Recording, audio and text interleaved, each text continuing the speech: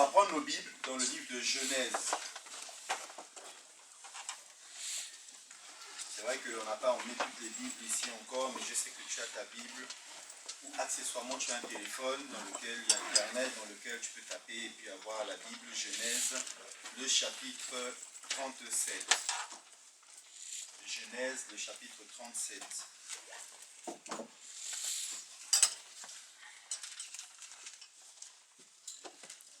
Cet après-midi, je m'adresse à quelqu'un à qui il manque quelque chose. Le Seigneur me dit, adresse-toi à quelqu'un à qui il manque quelque chose. Vous savez, des fois, en apparence, on peut être bien. En apparence, on peut être beau. En apparence, on peut être bien habillé. En apparence, on peut être bien parfumé. En apparence, on peut avoir un bon travail. On peut avoir une bonne famille en apparence. Mais quand nous sommes seuls au fond de nous, il nous manque une chose. Moïse était dans la maison de Pharaon. Moïse avait tout. Moïse avait des escortes, il avait des soldats. Moïse avait des, on va même dire des domestiques. Moïse avait tout, mais Moïse, il lui manquait quelque chose. Moïse avait compris au fond de lui qu'il n'était pas au bon endroit. Amen. Il peut arriver que parfois, nous aussi, nous ne sommes pas au bon endroit. Que nous aussi, on ne fait pas la bonne chose. Et que nous aussi, on ne fait pas ce qu'il faudrait faire. Et Moïse s'est dit, mais je ne suis pas au bon endroit, il me manque quelque chose. Il a senti au fond de lui qu'il était un libérateur. Il a senti au fond de lui que le peuple où il était assis n'était pas le sien, mais il fallait qu'il rejoigne son peuple pour jouer son rôle. Amen. Le jeune homme riche est venu voir Jésus. Il était jeune, c'était un homme, et il était riche. En apparence, il avait tout. Il était jeune, il avait plein de vigueur, plein de force. C'était un homme capable de faire beaucoup de choses. Et à l'époque, le statut de l'homme était supérieur au statut de la femme. Et en plus, il était riche. Donc, qu'est-ce qui pouvait bien lui manquer? Jésus lui a dit, il te manque une chose. Frères et sœurs, il nous arrive que dans notre vie aussi, il nous manque quelque chose et que le Seigneur nous fait passer par un processus afin que la chose qui nous manque, nous puissions l'obtenir. Qui dit Amen. Amen. Donc, on arrive dans Genèse chapitre 37, dans une famille un peu compliquée. Et c'est le moins qu'on puisse dire. C'est la famille de Jacob. Jacob, vous connaissez son histoire. Il a usurpé le droit d'aînesse à son frère qui aimait bien manger, Ésaü. Donc pour un plat de lentilles, il a donné son droit d'aînesse à son petit frère. Et à cause de cela, Isaac, son père, a béni Joseph, croyant que c'était Ésaü. Et donc Jacob a pris la bénédiction de son frère aîné, et Jacob a dû fuir à la maison de son père, et Jacob se retrouve chez son oncle Laban. Chez son oncle Laban, il tombe sur une femme merveilleuse. Le jour où il a vu cette femme pour la première fois, il s'est dit non, cette fois-ci c'est la chair et ma chair, l'eau de mes os. Quand il l'a vue, quel est le nom de cette femme? La femme que Jacob a vue. Rachel. Rachel. Dieu bénisse tes bons lecteurs de la Bible. Quand il a vu Rachel, il s'est dit celle-là, c'est la bonne. Il a suivi Rachel et en allant à la maison de son père, il s'est dit je ferai tout pour l'obtenir comme femme. Mais Laban, qui était aussi quelqu'un de très spécial, va dire à Jacob, si tu veux ma fille, travaille d'abord pour moi. Amen. Et la Bible dit que Jacob a travaillé pour cet homme 7 ans, c'était comme un jour. Tellement il était fixé sur son objectif. Frères et sœurs, quand vous avez un objectif, que vous le fixez, rien ne pourra vous ébranler. C'est-à-dire que même si tu as des problèmes et que ton regard est fixé sur ton objectif, rien ne pourra t'ébranler. Dans la vie, il faut avoir un but. Si on n'a pas de but dans la vie, on va être des enfants flottants à tout vent de doctrine. On va nous emmener partout où on va aller, alors que ce n'est pas notre destinée. Mais quand tu as un but bien précis, rien ne va te déstabiliser de ta destinée. Amen. Amen. Et Jacob avait un but, c'était Rachel. Il a travaillé 7 ans et à la 7e année, le beau-père lui dit, c'est bon, maintenant c'est le temps des fiançailles, tu vas prendre ma fille. Amen. Mais le père était tellement malin qu'il s'est dit, non, chez moi, c'est pas possible. Il ne va pas épouser la cadette alors qu'il y a l'aînée qui est là, Léa, et qui va rester sans mari. Ça ne se fait pas chez moi. Et Léa avait les yeux délicats. Donc, je ne sais pas ce que ça veut dire. Est-ce que Léa louchait? Est-ce que Léa avait un œil en haut et un œil en bas? Que même quand des hommes venaient, ils disaient non, on ne peut pas l'épouser. En fait, Léa avait un problème. Et le père s'est dit non, il faut faut que je la case quelque part. Et il s'est dit, je vais tromper ce Laban, ce Jacob. Donc, pendant la fête, il a fait boire Jacob. Jacob a bien bu. Et dans le lit conjugal, il a mis Léa à la place de Rachel. Et le matin, en se réveillant, Jacob se rend compte de la supercherie. Mais c'était trop tard. Mariage consommé, mariage légalisé. Amen. Et donc, Jacob lui dit, mais Laban lui dit, mais si tu veux avoir celle que tu veux, travaille encore pour moi. Il a travaillé encore pour Laban. Vous savez, lorsque, dans le monde on appelle ça le retour à l'envoyeur, n'est-ce pas? Lorsque tu sèmes quelque chose, tu vas le récolter. Jacob n'a fait que récolter ce qu'il a semé auprès de son frère Laban. Il a trompé son père, il a trompé son grand frère, et là voilà qu'aujourd'hui c'est lui maintenant qui est trompé. Amen. La Bible dit que notre péché nous poursuivra. Ce qu'on fait va nous rattraper un jour. C'est pourquoi il faut mettre toutes choses en ordre. Amen. Si je ne mets pas les choses en ordre, ces choses vont me poursuivre et de même vont me discréditer ou alors vont me mettre dans un compromis, je ne pourrai plus m'en sortir. Et donc c'est ce qui lui est arrivé. Donc finalement, il va donc être trompé par son beau-père, par son oncle, qui est devenu son beau-père, et donc il va se retrouver avec donc 2 femmes. Et là-bas, on va se rendre compte que c'est à cause de Jacob que mes affaires prospèrent. Il dira à Jacob, j'ai vu de manière occulte que mes affaires marchent à cause de toi. Il n'est pas question que je te laisse partir comme ça. Mais Jacob s'est dit, le temps de partir est arrivé. Mais avant de partir, Jacob sortira de chez Laban avec 4 femmes, avec Léa, la servante de Léa, avec Rachel et la servante de Rachel, à qui il fera des enfants. Il fera des enfants à Léa, Léa fera des enfants sans arrêt, Rachel n'en aura pas. Rachel sera donc dans la tristesse, elle sera honteuse, pourquoi? Parce que moi je n'ai pas d'enfant. Elle va commencer à être aigrie en disant à Jacob, ben, prends ma servante et fais un enfant avec elle. Il fera un enfant avec elle. Et c'est pas pareil. Elle n'avait pas d'enfant. Et donc, la Bible dit que Dieu fera grâce à Rachel. Rachel tombera enceinte. Elle va enfanter un fils qu'on appelle Joseph. Amen. Amen. Et ce Joseph était quelqu'un de particulier. Donc voilà une famille compliquée avec 4 femmes et 12 enfants, avec un monsieur qui a beaucoup de biens et qui se retrouve quelque part, il a fui de chez Laban. Et voilà qu'un de ses enfants aura un rêve. Genèse 37, et nous sommes à partir du verset 2. Voici la lignée de Jacob. À l'âge de 17 ans, Joseph prenait soin du troupeau avec ses frères. Le garçon était en compagnie des fils de Bilha et de Zilpa, les femmes de son père. Et ils rapportaient leurs mauvais propos à leur père. Israël aimait Joseph plus que tous ses autres fils, parce qu'il l'avait eu dans sa vieillesse. Et lui fit un habit de plusieurs couleurs. Ses frères remarquèrent que leur père l'aimait plus que tous et se mirent à le détester. Ils étaient incapables de lui parler sans agressivité. Alléluia. Vous avez déjà vu quelqu'un qui parle avec agressivité? C'est que quand même quand il te dit bonjour, c'est un bonjour agressif. Tu dis mais qu'est-ce que j'ai fait? Il te dit au revoir, il dit au revoir, un au revoir agressif, il claque même la porte, mais qu'est-ce que je lui ai fait? En fait, il avait des frères qui le détestaient à la mort. Des frères qui le haïssaient. Pourquoi? Parce que le père a fait des préférences. Amen. Mais nous sommes des bons parents, nous ne faisons pas de préférences. Amen. Parce que notre Dieu ne fait aucun favoritisme, il aime tout le monde de la même manière. Noir, blanc, juif, tout ce qu'on veut, quelles que soient les races et les religions. Dieu aime l'homme. D'ailleurs, il a tellement aimé l'homme, qu'est-ce qu'il a fait? Il a donné son fils unique, afin que quiconque croit en lui ne périsse point, mais qu'il ait la vie éternelle. Donc, ce petit Joseph était un signe pour Jacob.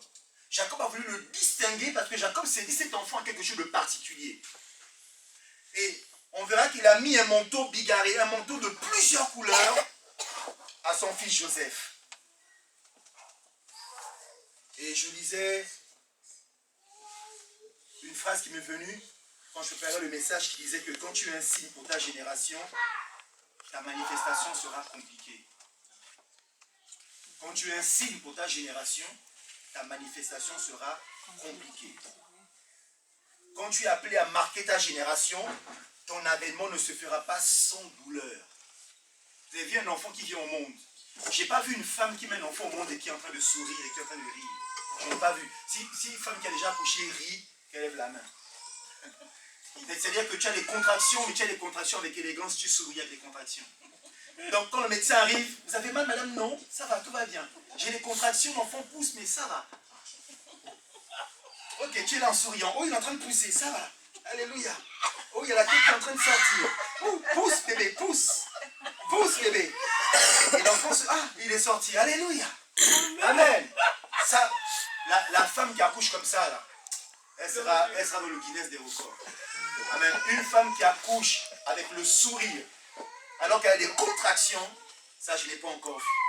C'est comme pour dire que la nature nous enseigne que lorsque tu es un signe pour ta génération, lorsque Dieu a mis en toi quelque chose, ta manifestation sera compliquée. Le titre de mon message, c'est « Une pause s'impose pour passer d'une tunique à une autre ». Une pause s'impose pour passer d'une tunique à une autre. Joseph avait un premier manteau qu'on nous a décrit, plein de couleurs, qui faisait sa fierté. Et il vient un jour, déjà avec son manteau, il énervait ses frères, mais il vient en plus avec 2 rêves. Dans le premier rêve, on nous dit, et nous sommes au verset 5, et on précise que Joseph fit un rêve, et il le raconta à ses frères, qui le détestèrent encore plus. Point. Il leur dit, écoutez donc le rêve que j'ai fait. Nous étions en train d'attacher des gerbes au milieu des champs, et voici que ma gerbe s'est dressée et est même restée debout. Vos gerbes, à vous, mes frères, l'ont alors entouré et se sont prosternés devant. Détestèrent encore plus à cause de ses rêves et de ses paroles. 2 rêves pour une destinée glorieuse. Cet enfant, à sa naissance, était mis à part, était choisi, et en grandissant, Dieu lui précise qu'il va régner et il va gouverner. Et les frères, en entendant cela, seront pleins de fureur et pleins de colère. En vérité, le problème des frères de Joseph, n'était tellement pas la personne de Joseph. Ce n'est pas la personne de Joseph qui était leur problème. C'était ceux qui étaient en Joseph. C'était ce que Joseph représentait. C'était ce que Joseph avait. C'était la destinée de Joseph. C'est ce que Joseph incarnait pour les autres. Frères et sœurs, ton problème, ce n'est pas l'apparence que tu peux avoir, mais c'est le rêve que Dieu a mis en toi. Le rêve que Dieu a mis en toi va faire que le diable va se lever et se dire, il ne faut pas que ce rêve-là voie le jour. Amen. Et cet enfant avait donc une destinée déjà tracée par avance, et le diable ne sera pas d'accord. En fait, quand on voit ses frères, il ne faut pas voir ses frères à lui. Il faut voir en fait l'esprit qui animait ses frères. Amen. C'est vrai qu'on a eu par habitude de nous dire que lorsqu'il y a un problème, vous savez, dans certaines doctrines, on dit que le problème c'est ton père ou c'est ta grand-mère, c'est ton grand-père, c'est l'oncle de la famille, c'est machin, parce que pour nous en Afrique, en parenthèse, chez les gens de tradition, les gens de couleur, aucune mort n'est naturelle. Quand quelqu'un meurt, il faut chercher une explication. C'est forcément quelqu'un qui l'a mangé. C'est forcément quelqu'un qui a l'origine de ça. C'est forcément quelqu'un qui l'émerveille. C'est forcément le sorcier de la famille. Il y a même un sorcier dans la famille. Amen. Mais Dieu nous fait comprendre que ce n'est pas les hommes qui sont le problème, c'est l'esprit qui peut animer les hommes. Et un jour, quand Jésus a dit ce qui allait lui arriver, qu'est-ce qui s'est passé? Pierre a dit, tu ne mourras pas. Jésus a dit quoi? Arrière de moi, Satan. Est-ce que Pierre était Satan? Non, mais c'est qu'un esprit, Satan lui a insufflé une idée, une pensée, afin d'écarter Jésus de son plan. Et il arrive que le diable se serve des gens autour de toi pour t'écarter de ta destinée. Il faut que tu sois vigilant. Dis avec moi, je serai vigilant. Je serai vigilant. Le problème, ce n'est pas les autres. Le problème, c'est qu'on a un ennemi qui est contre nous. Et ce qui va se passer, comme le problème, c'est ce que Joseph représentait, on nous dit qu'au verset 23, quand son père l'a envoyé vérifier ce que ses frères faisaient, ses frères ont mis en place un stratagème pour se débarrasser de Joseph. On nous dit au verset 23, lorsque Joseph fut arrivé vers ses frères, ils le dépouillèrent de son habit, de l'habit de plusieurs couleurs qu'il portait. Ils s'emparèrent de lui et le jetèrent dans la citerne. Celle-ci était vide et il n'y avait pas d'eau. Une pause s'impose dans le chemin qui te mène à ta destinée. La première pause qui arrive à Joseph, c'est qu'on le jette dans une citerne, on le jette dans un puits. C'est la première pause. Frères et sœurs, le véritable combat spirituel est déclenché lorsque nous ouvrons notre bouche et qu'on proclame à qui veut l'entendre les révélations qu'on a reçues de Dieu. Je répète, le véritable combat spirituel est déclenché lorsque nous ouvrons notre bouche et que nous proclamons à qui veut l'entendre les révélations ou les secrets que nous avons reçus de Dieu. Quand tu vas dire à quelqu'un, Dieu m'a montré que je serai grand. Dieu m'a montré que je vais me marier. Dieu m'a montré que j'aurai ce travail. Dieu m'a montré que je suis appelé à tel ministère. Dieu m'a montré que mon enfant là, vraiment va réussir. Dieu m'a montré que... Quand tu vas dire que Dieu t'a dit, Dieu t'a montré, en fait, tu déclenches le combat spirituel. Pourquoi? Parce que le diable fera tout, puisque tu es enfant de Dieu. Réalisez que le diable ne pourra jamais atteindre Satan. Satan ne pourra jamais atteindre Dieu, pardon. Et pour atteindre Dieu, qu'est-ce qu'il fait Satan? Il veut t'atteindre toi. Donc si Dieu te dit quelque chose, il va faire tout son possible pour que ta vie ne reflète pas ce que Dieu a dit pour ta vie. Et quand le contraire va se manifester, il pourra dire Dieu était un menteur. Dieu lui avait dit ceci, ce n'est jamais arrivé, Dieu était un menteur. Frères et sœurs, d'ailleurs ça a commencé dans le jardin d'Éden. Dieu a dit à Adam, qu'est-ce que Dieu a dit à Adam? Dans le jardin d'Éden, qu'est-ce que Dieu a dit à Adam? Sauf. Qui veut aider maman baby? De l'arbre, de la connaissance du bien et du mal. Donc Dieu vient et Dieu dit à Adam que tu peux manger de tous les arbres du jardin, mais l'arbre de la connaissance du bien et du mal, tu ne le mangeras pas. Dieu a dit. Mais lorsque Dieu dit quelque chose, il faut que Satan vienne contredire ce que Dieu a dit. Et Satan vient voir Ève et lui dit, Dieu a-t-il réellement dit? Je pense que toi aussi, à un moment donné de ta vie, Satan t'a soufflé à l'oreille. Est-ce que tu es sûr, quand tu vois les circonstances, que Dieu t'avait vraiment... Quand les circonstances sont contraires, le diable vient te dire, tu vois, c'était pas vrai, c'est pas Dieu qui t'avait parlé. Tu vois, aujourd'hui, tu es au chômage. Tu vois, aujourd'hui, on t'a mis dehors. Tu vois, aujourd'hui, tu es prêt à être expulsé de ce pays. Tu as vu aujourd'hui, personne ne te regarde. Tu as vu aujourd'hui, tu es malade. Personne ne vient te visiter. Tu as vu aujourd'hui comment ça se passe? Alors ton Dieu, c'est un menteur. Et lorsque nous acceptons cette pensée, nous commençons nous aussi à changer le camp, à quitter le camp de Dieu, les promesses de Dieu, et pour entrer dans le plan du malin. Amen. Et à ce moment-là, maintenant, qu'est-ce qui se passe? Nous commençons à réfléchir comme le diable veut que nous puissions réfléchir, et nous commençons à parler comme le diable veut que nous puissions parler. Et nous ne parlons plus la foi, nous parlons la défaite, nous parlons la négativité, nous parlons la confusion, nous parlons la honte, nous parlons le rejet, et on ne croit même plus à Dieu. Alors Joseph est dans le puits, frères et sœurs, et avant d'aller à une autre étape, Dieu va forcément t'arrêter à faire une pause. Dans notre vie à nous tous, avant de passer d'une étape à une autre, on fera nécessairement des pauses. Et la première pause que Dieu fait, c'est qu'on jette Joseph dans un puits. Et dans le puits, qu'est-ce qui s'est passé? Joseph a dû se poser des questions. Pourquoi moi, je me retrouve dans ce puits? Qu'est-ce que j'ai fait à mes frères pour qu'ils me haïssent autant et qu'on me jette dans ce puits? Je n'ai fait que rêver. Et pourquoi est-ce que ces rêves font de telle sorte qu'on me jette dans un puits? Lorsqu'il est tué dans un puits, tu vas commencer à te poser des questions. Est-ce que c'est Dieu qui m'a parlé? Est-ce que ça vient vraiment de Dieu? Ce que je vis aujourd'hui, est-ce que c'est vraiment le Seigneur?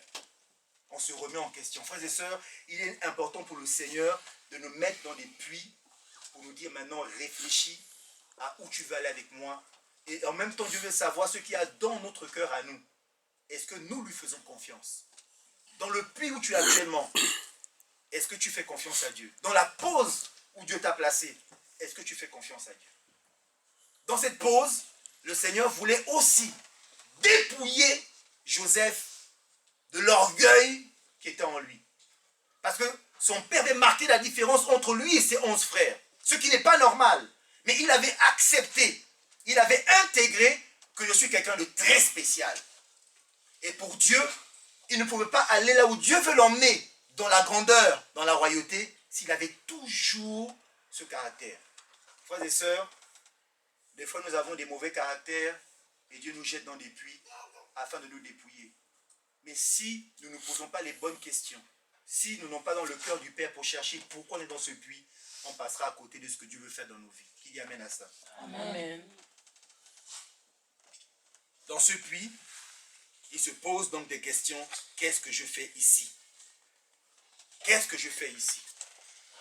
Mais le combat avait été déclenché parce qu'il avait eu des rêves, il avait déclaré ses rêves, comme toi aussi. Dieu t'a parlé, tu as commencé à en parler. Vous savez, quand on parle et on dit des choses que Dieu nous a dit de dire, effectivement, si je dis, ça déclenche un combat spirituel. Vous savez, Jésus, à un moment donné, a dit à ses disciples, au moment de transfiguration, il leur a dit, ce que vous avez vu, ne parlez à personne. Frères et sœurs, ce n'est pas tout qu'on dit à tout le monde. Ce n'est pas tout qu'on dit à tout le monde. Tu as manqué une occasion de dire amen. Amen.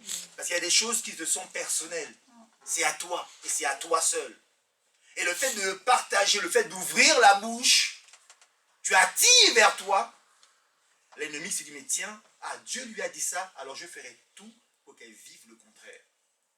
Il faut qu'on soit armé spirituellement, qu'on soit dans la foi, enraciné dans la foi, qu'on croit que cette parole-là est la vérité. Si Dieu ne t'a pas parlé, si tu n'as pas une parole à laquelle t'attacher, frères et sœurs, quand viendra l'ennemi avec ses balles et ses mitraillettes et ses traits enflammés, tu ne vas pas tenir. Et tu vas rendre Dieu menteur.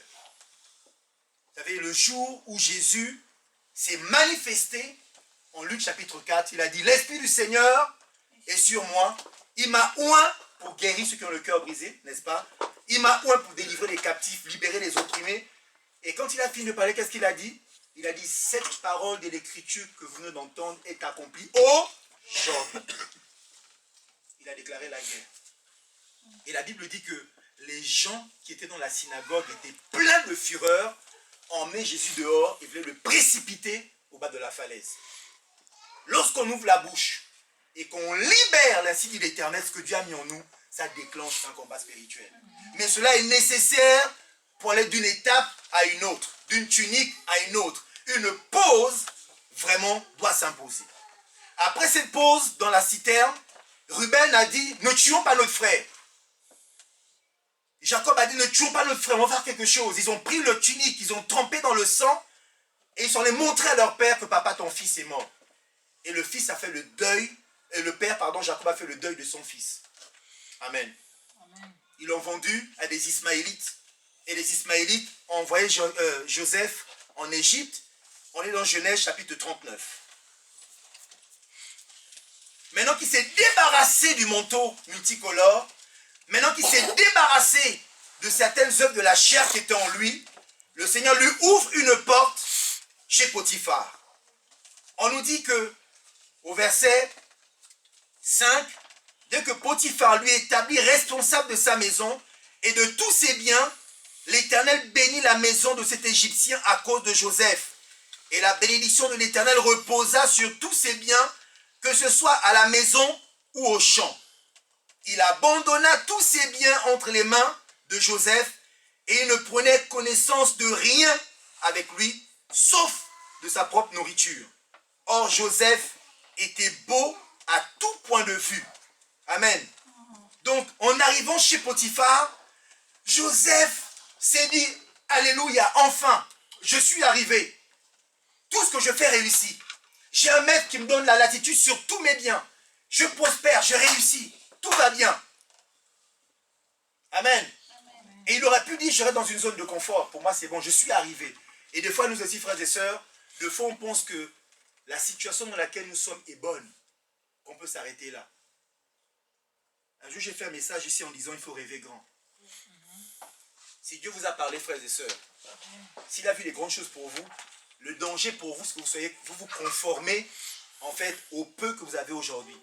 Des fois, c'est tellement bien la situation. J'ai mon petit studio. Je suis bien dans mon petit studio aujourd'hui. J'ai ma télé, j'ai mon chauffage. Amen. J'ai un frigo, j'ai des placards, j'ai mis ma nourriture, je suis bien. J'ai mon fauteuil, j'ai ma télécommande en main. Personne ne me dérange. Alléluia, je suis arrivé. Mais Dieu dit, mais ça ne s'arrête pas là. Parce qu'un jour, il faut bien que tu te maries, que tu fondes un foyer, que tu aies des enfants. Il fallait que tu sortes de cette situation-là. Amen. Mais il nous arrive à nous que des fois, on se sent tellement bien que quand tout va bien, on ne veut pas bouger. On ne veut pas changer de situation. On se dit, on est là, on est bien et tout va bien. Et tout ce que Joseph faisait marchait. Le patron, Potiphar, lui faisait confiance en tout point. Tout allait bien. Amen.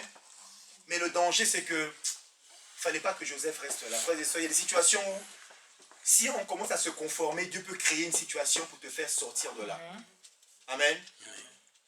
Des fois, il va créer une dispute entre toi et quelqu'un que vous vous séparez. Parce que la personne avec qui tu es n'est pas pour ton bien, ne t'amènera pas dans ta destinée. Et je vois, pour exemple, dans le livre de Genèse, on voit que Abraham et Lot ont commencé à marcher ensemble. Mais la destinée d'Abraham était plus grande que celle de Lot. Dieu avait parlé à Abraham, les bergers d'Abraham et les bergers de Lot. Abraham a discerné que derrière ça, c'était la main de Dieu. Il a dit à Lot, si tu vas à gauche, je vais à droite. Si tu vas à droite, je vais à gauche, tu as le choix. Et Lot a choisi les meilleures terres, les plaines, vers Sodome et Gomorrhe. Et Abraham a choisi les montagnes. Amen. Il y a des situations que Dieu peut créer pour que tu ne restes pas dans la zone de confort. Il y a des gens avec qui tu marches, Dieu veut que vous vous sépariez. Il y a des personnes qui sont des pompeurs de destinée, des suceurs d'onction. En fait, quand tu as des grâces sur toi, ils sont là, ils te parasitent. Mais ils savent que tu as quelque chose, ils vont s'accrocher à toi pour monter avec toi. Mais ensemble, vous ne pourrez pas monter parce que Dieu, le plan qu'il a pour toi n'est pas le plan qu'il a pour eux. Et Dieu va créer des problèmes.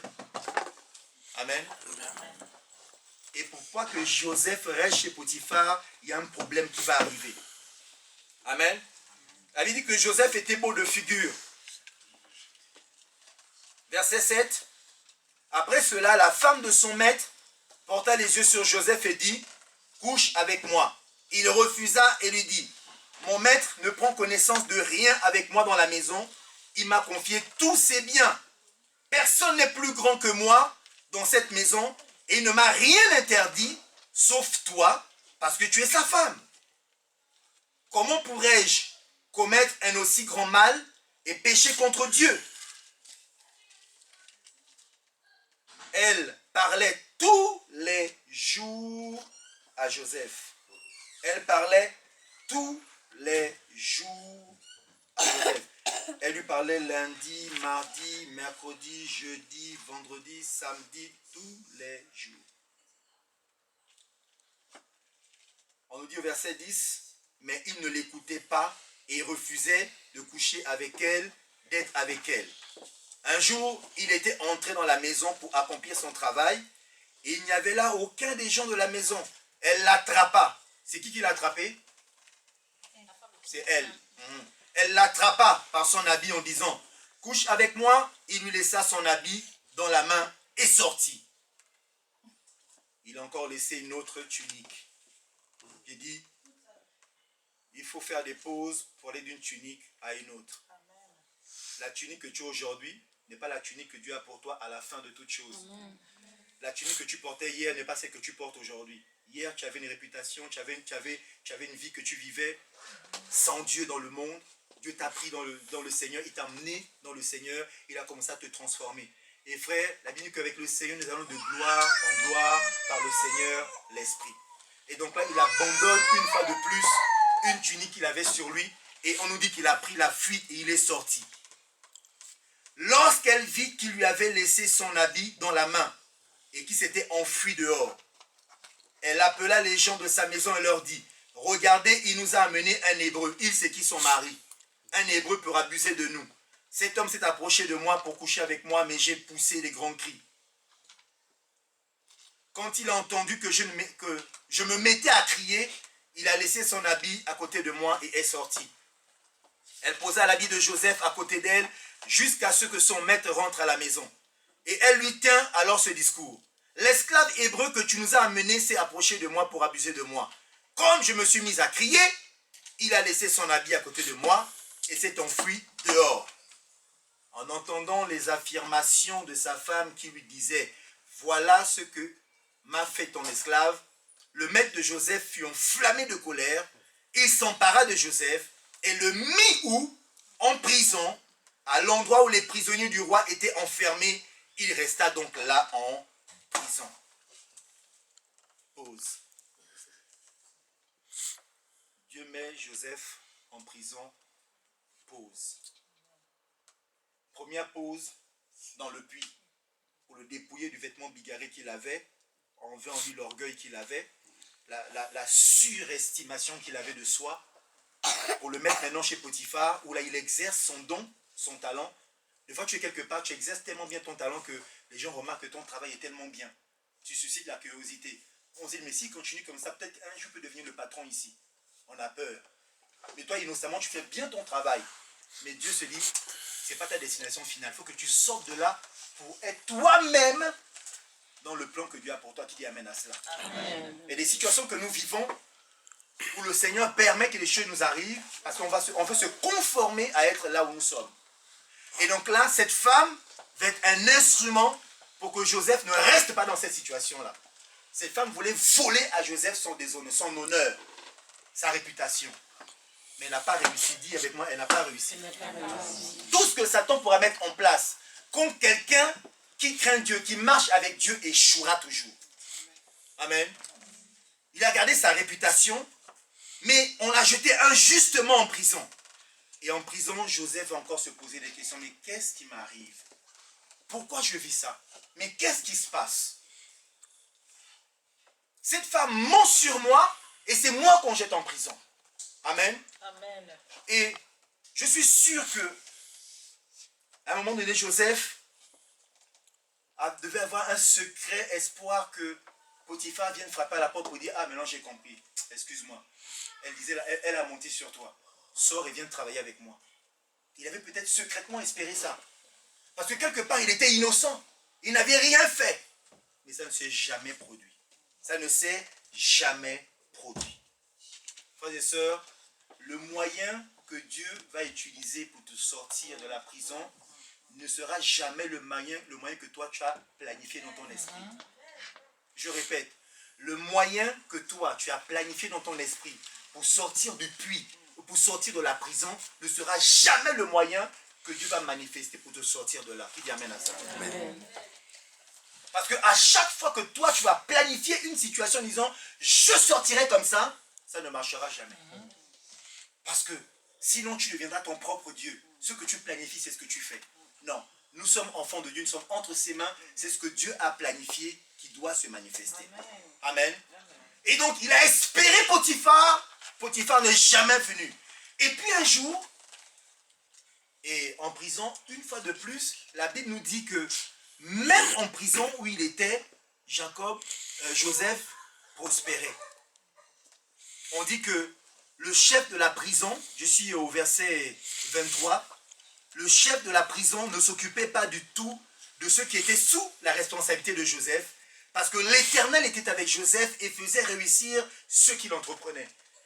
En fait, Dieu nous dit ici que lorsqu'il t'a donné un don, lorsqu'il t'a donné un talent, lorsqu'il a mis en toi quelque chose, eh ben, ce sera toujours en toi. Et partout où tu seras, tu pourras le manifester, ça marchera. Et c'est ce don, ce talent qui te conduira au trône. Un proverbe dit, c'est David dans les proverbes qui dit que ce sont nos dons, ce sont nos talents qui nous conduiront à la table des rois. Le talent que tu as, ne le laisse pas dormir. Dis, je ne le laisserai plus dormir. Tu as un talent en toi. Quand tu le découvres, travaille ce talent, ne le laisse pas dormir. Et même en prison, il manifestait son talent.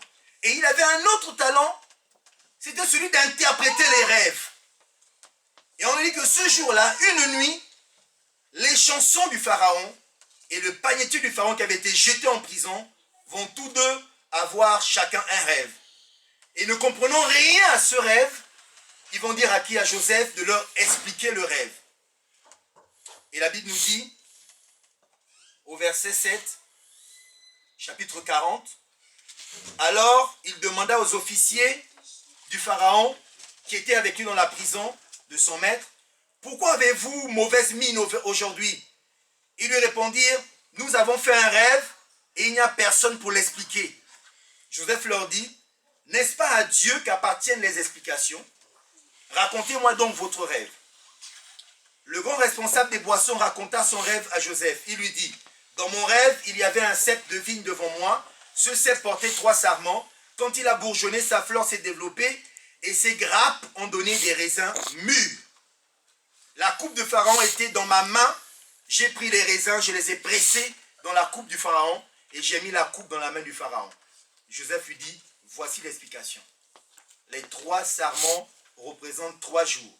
Encore 3 jours et le Pharaon va t'élever bien plus haut et va te rétablir dans tes fonctions. Tu mettras la coupe dans la main du Pharaon comme tu en avais l'habitude lorsque tu étais son responsable des boissons. Cependant, écoutez bien,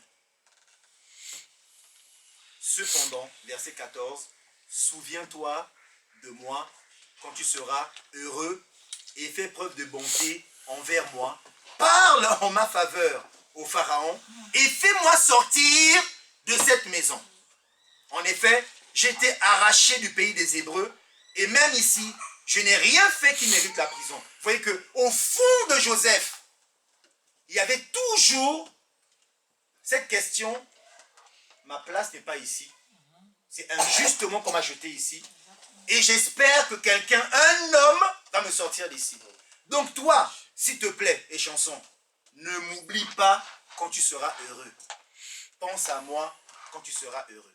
Combien de fois, quand tu es dans un puits, dans une prison, dans une pause où Dieu t'a placé, tu lèves les regards et tu attends. Combien de fois nous sommes dans cette situation, on se dit, là, il n'y a qu'un homme qui peut me sortir de là.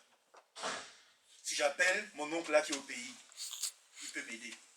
Si j'appelle mon père, si j'appelle ma mère, si j'appelle ma tante, si j'appelle le maire, lui pourra m'aider.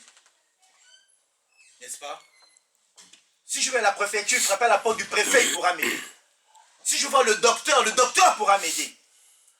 Si je vois vraiment l'infirmière, là, il pourra m'aider, me donner quelques médicaments pour me soulager. Si je vais frapper à telle porte, ils pourront m'aider. Combien de fois, frères et sœurs, quand nous sommes dans des situations, dans des pauses de Dieu, nous cherchons des solutions humaines. Et là, Joseph suppliait même les chansons. Souviens-toi de moi quand tu seras heureux. Parce qu'il savait que cet homme sera rétabli dans sa fonction. Amen. Frères et sœurs, le puits dans lequel nous sommes, la prison dans laquelle nous sommes, ce n'est pas un homme qui nous fera sortir de là, dit Amen. Amen. Jamais un homme ne te sortira de la pause dans laquelle Dieu t'a mis. C'est Dieu qui te fera sortir de cette pause, de cette prison et de cette citerne. Jamais un homme qui aime Dieu, qui marche avec Dieu, qui marche selon sa parole, ne doit attendre le secours d'un homme. Amen. Dis avec moi, je n'attends pas le secours d'un homme. Parce que si vous attendez le secours du pasteur, vous serez déçus. D'ailleurs, beaucoup sont déçus. Ah, le pasteur ne m'a pas appelé. Ah, le pasteur ne m'a pas visité. Ah, le pasteur n'est pas venu me voir. Ah, le pasteur n'a pas prié pour moi. Ah, l'évangéliste, n'en parlons plus. Ah, l'évangéliste Évora. Ah, l'évangéliste Esther. Ah, vraiment, papa Hugo, lui aussi, avant il m'appelait, il abuse. Ah, vraiment, Fanuel. Ah, avant il m'a envoyé des textos. Et l'homme, toujours l'homme, toujours l'homme, toujours l'homme. On se plaint, on veut le secours de l'homme. Mais je crois que c'est Jérémie 17 de mémoire qui nous parle de ça, qui dit, mais ne vous confiez jamais en l'homme. Voilà, Jérémie 17 au verset 5, merci Saint-Esprit. Voici ce que dit l'Éternel, 2 points. Maudit soit l'homme qui fait confiance à ce qui est humain, qui prend des créatures pour appui et qui détourne son cœur de l'Éternel. Il est pareil à un genévrier dans la plaine. Il ne voit rien venir de bon. Il habite les endroits brûlés du désert, une terre salée et sans habitants. Mais par contre, verset 7, Jérémie 15, béni soit l'homme qui fait confiance à l'Éternel et qui place son espérance en lui. Il ressemble à un arbre planté près de l'eau et qui étend ses racines vers les cours d'eau. Il ne s'aperçoit pas de la venue de la chaleur et son feuillage reste vert. Lors d'une année de sécheresse, il ne redoute rien, il ne cesse pas de porter du fruit. Waouh, dis Amen. Amen. Même pendant la sécheresse, celui qui se confie en l'Éternel il portera toujours du fruit. Amen. Même quand je manque d'argent. Mais si je m'appuie à l'Éternel, il fera jaillir de l'eau pour moi. Même si je suis stérile, mais si je me confie en l'Éternel, il fera que je tombe enceinte. Il a prouvé dans sa parole. Alléluia, amen. Même si je suis un apatride, même si je n'ai pas de papier dans ce pays, même si on veut me rejeter, mais si je m'appuie à l'Éternel, non pas sur un avocat, si je m'appuie à l'Éternel, l'Éternel m'ouvrira la porte dans ce pays. Si j'ai du mal à me marier, les hommes sont venus, ils ont fait tout, ils ont fait la cour, plusieurs prétendants sont venus vers moi, mais ce n'étaient pas les bonnes personnes, ils avaient un mauvais fond. Mais si je m'appuie à l'Éternel, il fera venir vers moi l'homme selon son cœur qu'il a choisi pour moi.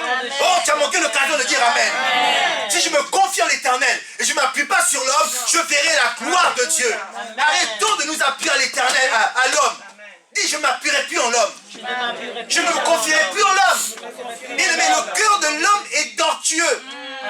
Le pasteur Gérard peut être dans une bonne saison aujourd'hui. Ça peut être l'été aujourd'hui, je suis bon. Demain, je peux être dans l'hiver et être bizarre. Ah, le pasteur est bizarre. Oui, je suis dans mon hiver. Là, ça va parler. Amen. Mais l'Éternel ne change pas. L'Éternel est constant. Le même hier, aujourd'hui et éternellement. Frères et sœurs, si vous voulez aller plus loin dans votre vie, quand vous serez dans un puits, quand vous serez dans une prison, confiez-vous en l'Éternel. C'est mon cri de désespoir pour vous cet après-midi. Confiez-vous en l'Éternel. Il a dit, il a pour vous un projet de paix, un projet de bonheur, un avenir et de l'espérance. Alléluia. Ne nous appuyons pas sur les hommes. Joseph s'était trop appuyé sur les hommes. Joseph avait trop espéré qu'un homme le sorte de la prison. Joseph était limité. Il avait même oublié qu'il était un grand, qu'il était appelé à régner et à gouverner.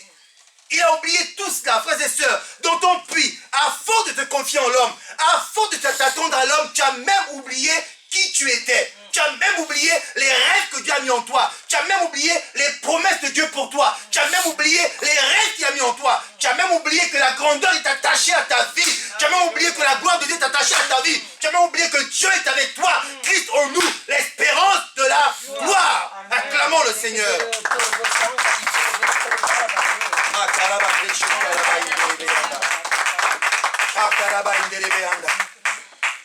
Il fallait qu'en prison, Joseph se débarrasse de ce vêtement. La confiance en l'homme. On ne peut pas aller dans la grandeur avec Dieu si on se confie en l'homme. Parce que demain, quand on aura des responsabilités, quand on sera là où Dieu veut que nous soyons, on va tomber rapidement. Et Dieu ne veut pas que tu tombes rapidement. Quand Dieu bénit, il te fait monter au sommet. Il veut que tu demeures au sommet. Amen. Mais quand Satan bénit, il te monte très vite. Il te fait descendre aussi vite. Mais pour rester là-haut, pour demeurer là-haut, frères et sœurs, il faut que le Seigneur fasse un travail, qui t'enlève un manteau après un manteau, une tunique après une tunique, qui fasse des pauses dans ta vie pour que tu vois sa gloire. Amen. La Bible dit dans Amos chapitre 3 que arrive-t-il un malheur dans la ville sans que l'Éternel en soit l'auteur?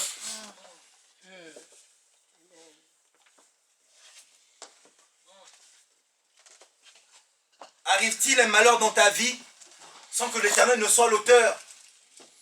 Il y a des situations que tu vis dans ton couple où l'Éternel est en train de te parler.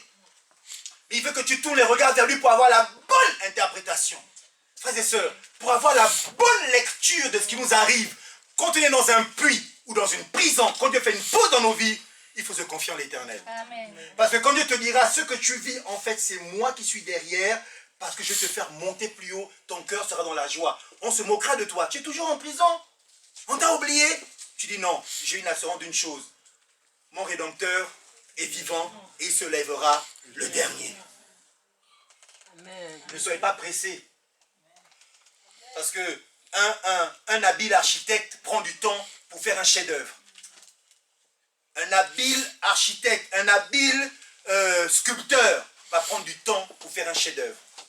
Un peintre, vous savez, les peintures qui valent 90 millions, 20 millions, 10 millions de dollars, c'est des peintures où le peintre a pris le soin d'aller dans les détails. Il y a des peintures, quand nos enfants font des tableaux, ils font « Papa, je t'ai fait un cadeau, je t'ai fait... » Il amène le plus, c'est la fête des mères, ils ont fait la peinture. Je ne critique pas, c'est des experts, nos enfants, vraiment, c'est des artistes. D'ailleurs, quand ils grandissent, on les garde. On a souvent des... Tu vois, quand tu étais petit, voilà, les dessins que tu faisais, c'est lui-même qui a dit « Ah !» Vraiment, je faisais ça, moi. Oh. Mais nous, les parents, non, t'inquiète pas, c'est beau, c'est magnifique. Mais l'artiste, quand il prend son temps, il va dans les détails. Vous avez vu la Joconde de Léonard de Vinci? Les gars, les gens disent que vous avez l'impression que quand vous vous déplacez, c'est comme si elle vous regardait. Un tableau. Tu te déplaces, c'est comme si elle te suivait du regard. Rien que ça. Ce tableau vaut des millions de dollars.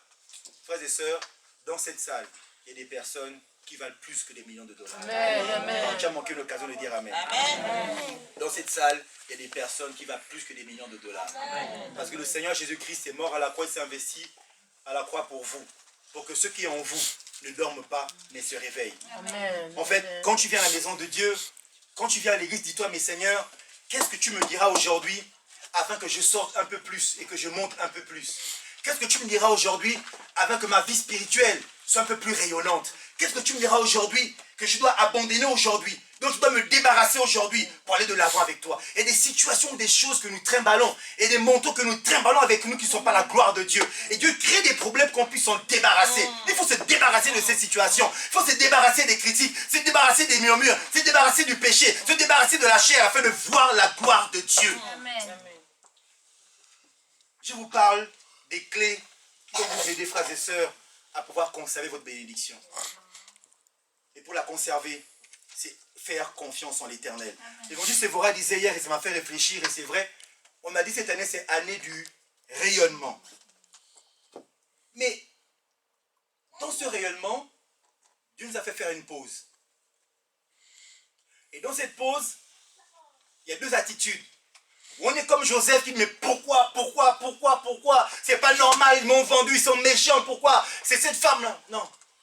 Et là, tu es dans la cantine, dans la critique, mais tu te dis, mais Seigneur, qu'est-ce que je dois tirer de bon de cette situation? En fait, la pause que nous vivons, c'est une pause que Dieu a voulu.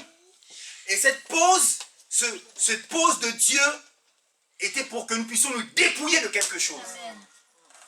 Moi, personnellement, pendant cette pause, je me suis dépouillé d'une conception des choses que j'avais. J'avais une conception de dire, je veux que les choses changent. Non, je suis fatigué, il faut que les choses changent. Mais je me limitais à parler. Non, cette tâche m'énerve. Ce toit m'énerve. Mais je me limitais à parler. Mais durant cette pause,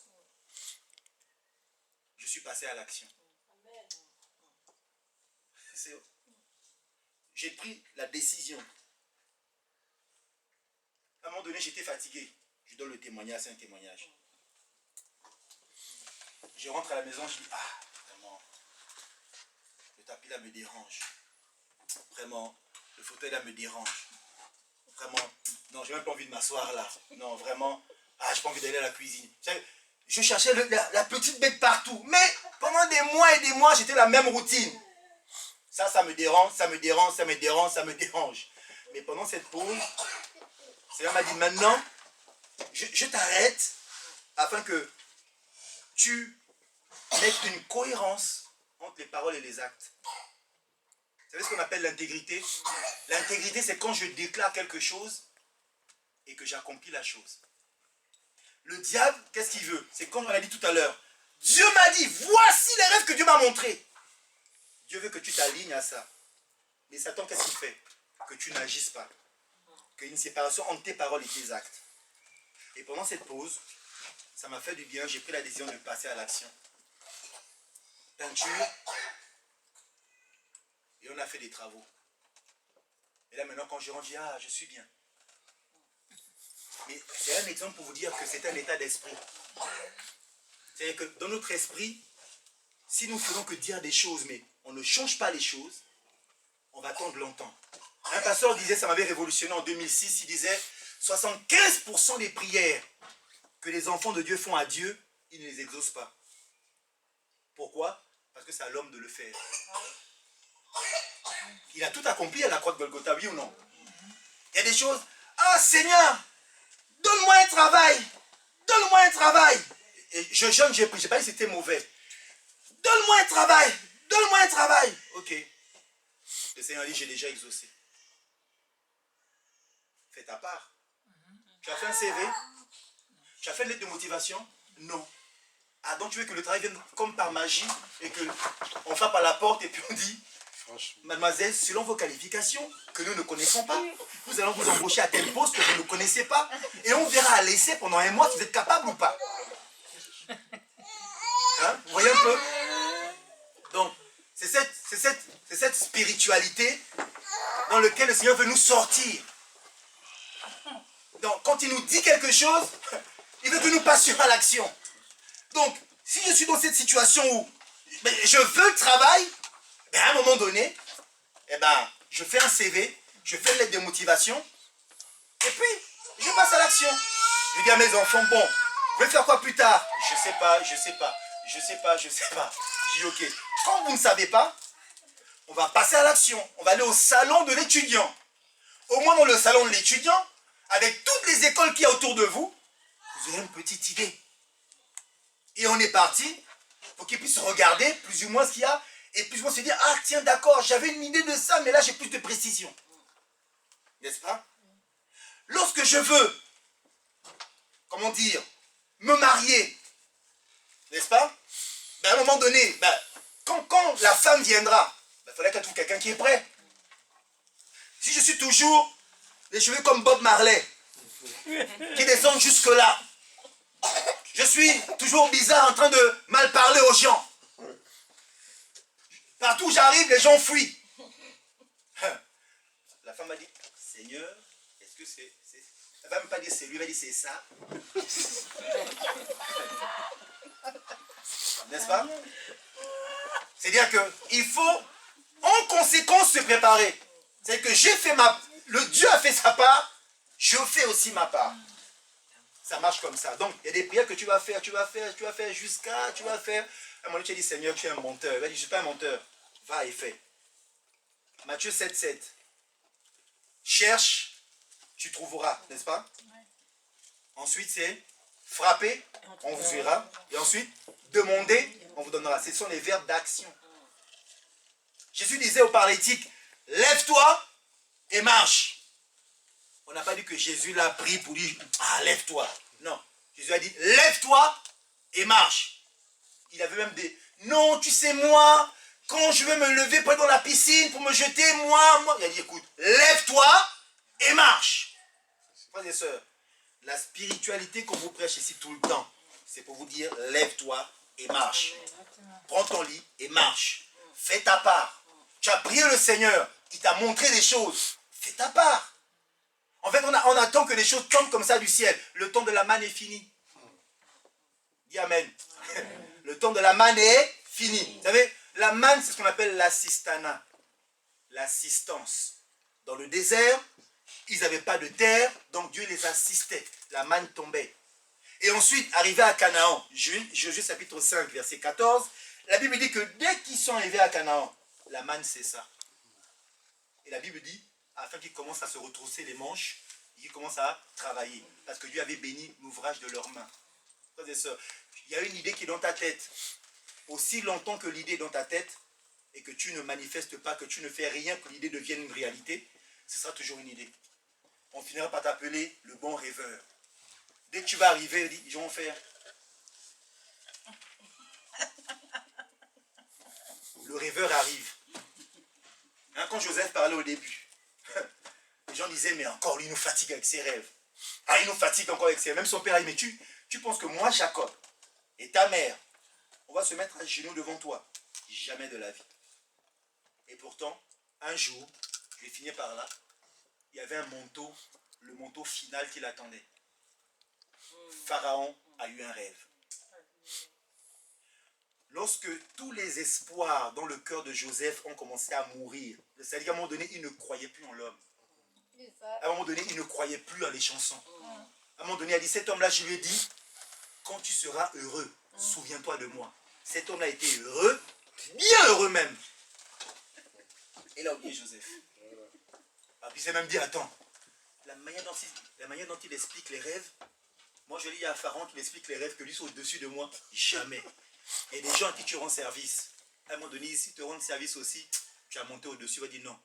celle-là, je ne vais pas l'aider. Elle n'a qu'à rester là. Parce que si je l'aide, elle va devenir responsable du service. C'est ça, non? Quand tu es dans un service, que tu travailles bien, et puis la directrice arrive, mais qu'est-ce que je vais élever comme chef de service? Tout le monde parle, non, vous savez, cette femme est bien, elle travaille bien, elle est toujours à l'heure, ponctuelle, elle est toujours souriante avec les malades. Il y a une qui va dire, c'est pas vrai ça, moi je l'ai vu. Comme ça, raconter des choses sur toi, alors que c'est faux. Faut pas que tu montes.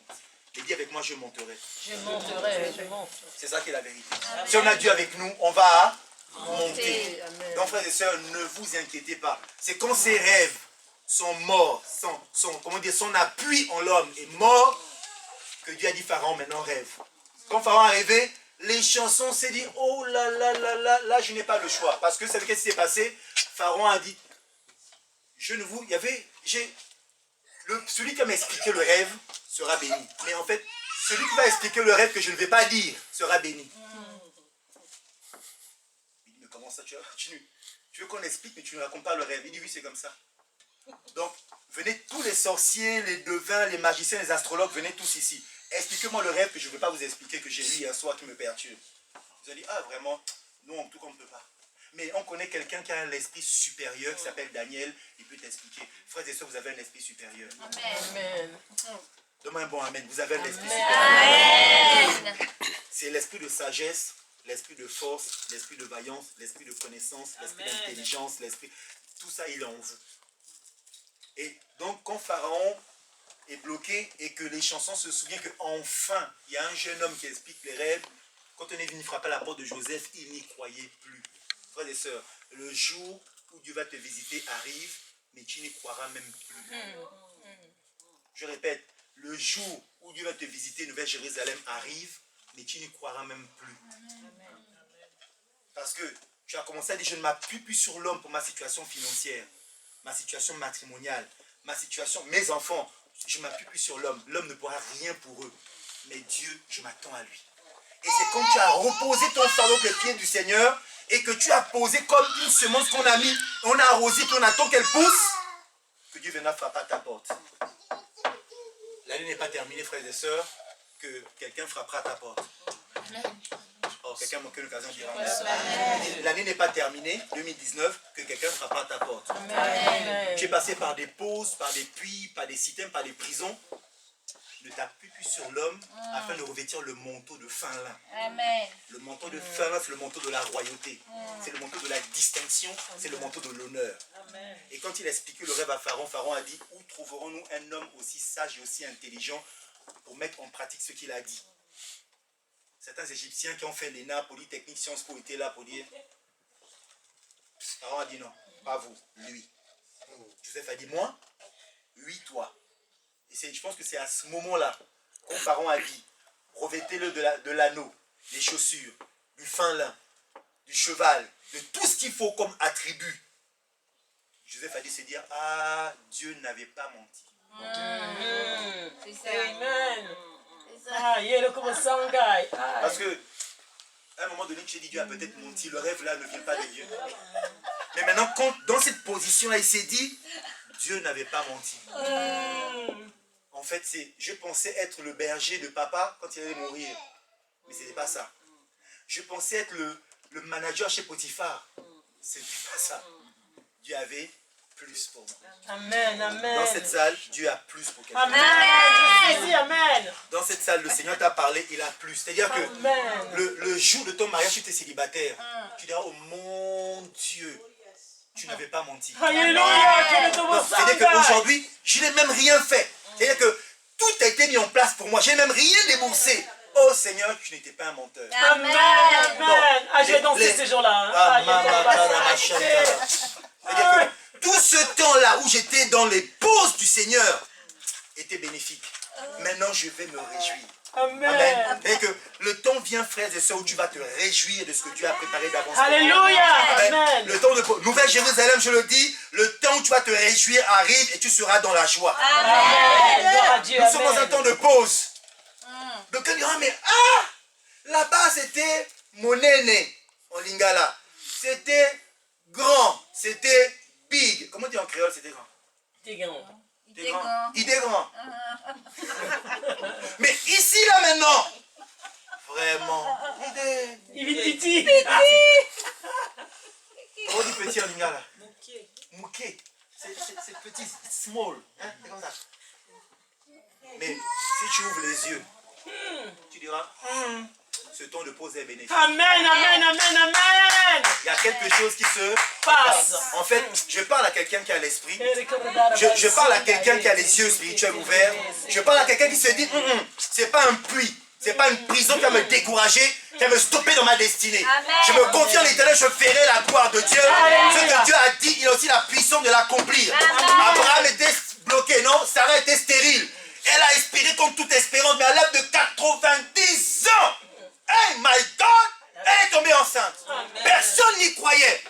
On voit une femme de 90 ans enceinte, mais qu'est-ce que c'est que ça? Non, c'est la gloire de Dieu. Amen. C'est la gloire de Dieu. Un homme vieux, près de 100 ans, avec un bébé en main. C'est ton petit, c'est ton arrière-petit-fils, Abraham? Non, c'est pas mon arrière-petit-fils. C'est mon enfant. Amen. Donc tu diras à quelqu'un, tu sais, les papiers là, c'est Dieu qui m'a donné. Amen. Tu as vu, la maison c'est même pas moi, hein. C'est que c'est Dieu qui me l'a donné. Maintenant venez et réjouissons-nous ensemble. Alléluia, Amen. alléluia. Un temps vient et je me réjouis de ce temps de pause. Je me réjouis de ce que Dieu nous a emmené ici, frères et sœurs. Parce que Dieu veut nous emmener à une autre dimension. Amen, Amen. amen. Que votre cœur ne se trouble point.